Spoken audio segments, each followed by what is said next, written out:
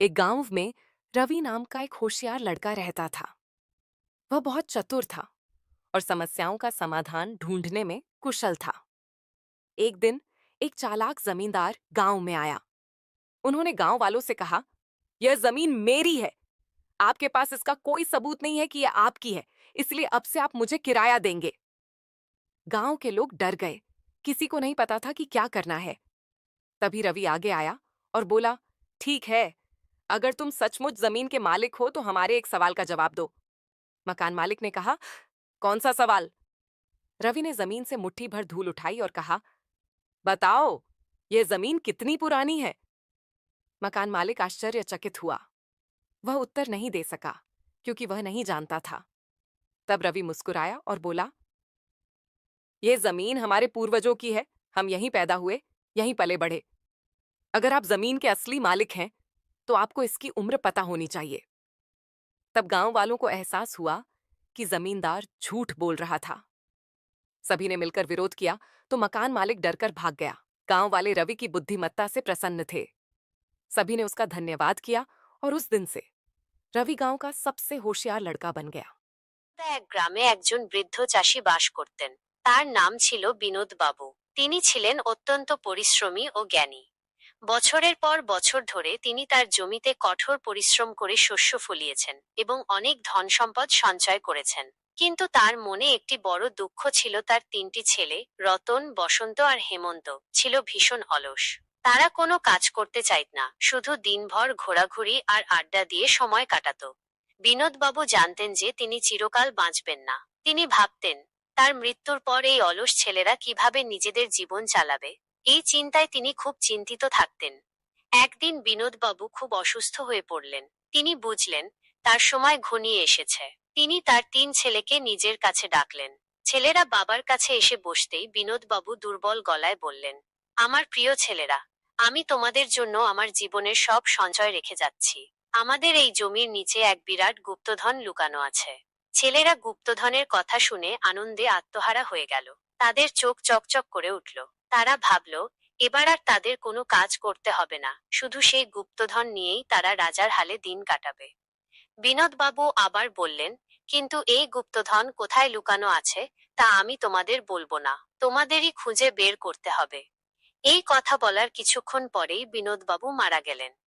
বাবার মৃত্যুর পর ছেলেরা গুপ্তধন খুঁজে বের করার জন্য প্রস্তুত হলো। তারা কোদাল, শাবল নিয়ে জমিতে নেমে পড়ল। রতন বলল, চলো আমরা প্রথমে জমির উত্তর দিকটা খুঁড়ি। বসন্ত বলল, না না, দক্ষিণ দিকেই হয়তো আছে। হেমন্ত বলল, পূর্ব দিকে খুঁড়লে কেমন হয়। তারা দিনরাত এক করে পুরো জমি খুঁড়তে শুরু করলো। 1 ইঞ্চি জমিও তারা বাকি রাখলো না। তারা ভেবেছিল হয়তো একটি বড় সিন্দুক ভর্তি সোনা বা জহরত পাবে। দিনের পর দিন তারা মাটি খুঁড়ল, কিন্তু কোনো গুপ্তধনের চিহ্ন পেল না। জমি খুঁড়তে খুঁড়তে তাদের সারা শরীর ব্যথা হয়ে গেল, কিন্তু তাদের মনে ছিল গুপ্তধন পাওয়ার লোভ। মাসখানেক ধরে খুঁড়েও যখন তারা কোনো গুপ্তধন পেল না, তখন তারা হতাশ হয়ে পড়ল। রতন বলল, বাবা আমাদের সাথে মিথ্যা কথা বলেছেন, এখানে কোনো গুপ্তধন নেই। বসন্ত বলল, বাবা হয়তো চেয়েছিলেন আমরা শুধু পরিশ্রম করি। হেমন্ত বলল, আমরা মিছিমিছি এত কষ্ট করলাম। তারা যখন হাল ছেড়ে দিতে বসেছিল, তখন গ্রামের একজন জ্ঞানী ব্যক্তি তাদের কাছে এলেন। তিনি তাদের বিমর্ষ দেখে বললেন, তোমরা এত হতাশ কেন? ছেলেরা সব খুলে বলল। জ্ঞানী ব্যক্তি হেসে বললেন, তোমরা কি জানো এই জমি খুঁড়তে খুঁড়তে তোমরা কি করেছ? ছেলেরা অবাক হয়ে তাকালো। জ্ঞানী ব্যক্তি বললেন, তোমরা জমির মাটি এত গভীরভাবে খুঁড়েছ যে তা এখন বীজ বোনার জন্য পুরোপুরি প্রস্তুত। এই জমি এখন যে কোনো ফসলের জন্য উর্বর হয়ে উঠেছে। তোমাদের বাবা তোমাদের এটাই শেখাতে চেয়েছিলেন। ছেলেরা তখন বুঝতে পারল। তারা দেখল মাটি খুঁড়তে খুঁড়তে জমি কতটা নরম ও উর্বর হয়ে গেছে। তারা তখন গুপ্তধনের আশা ছেড়ে দিল এবং সেই জমিতে শস্য বীজ বপন করার সিদ্ধান্ত নিল। তারা যেহেতু পুরো জমি খুঁড়েছিল, তাই এবার বীজ বপন করা এবং জল দেওয়া তাদের জন্য সহজ হলো। অল্প কিছুদিনের মধ্যেই সেই জমিতে প্রচুর ফসল ফলল। এত ফসল তারা আগে কখনো দেখেনি। সেই ফসল বিক্রি করে তারা অনেক টাকা পেল। ছেলেরা তখন বুঝল যে তাদের বাবা আসলে কাজের মধ্যেই গুপ্তধন লুকিয়ে রেখেছিলেন। কঠোর পরিশ্রমী ছিল আসল গুপ্তধন। সেই দিন থেকে তারা আর অলস রইল না। তারা পরিশ্রমী হয়ে উঠল এবং তাদের বাবার শিক্ষা জীবনভর মনে রাখল। নৈতিক কঠোর পরিশ্রমী প্রকৃত সম্পদ। কোনো কাজ না করে শুধু ভাগ্যের ওপর নির্ভর করলে বা গুপ্তধনের আশায় বসে থাকলে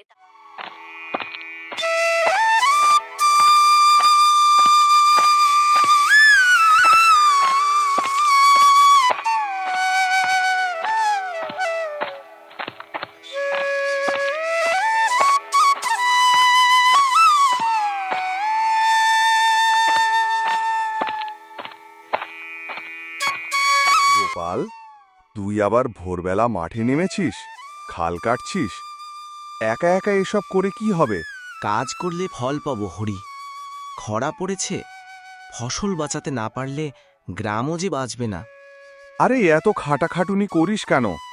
ভাগ্য ভালো হলে তো সব ঠিকই হবে। পরিশ্রম না করে ভাগ্য কখনো ভালো হয় না হরি। তুই দেখিস, আমি পরিশ্রম না করেই একদিন এই গ্রামের সবচেয়ে ধনী ব্যক্তিগত হব।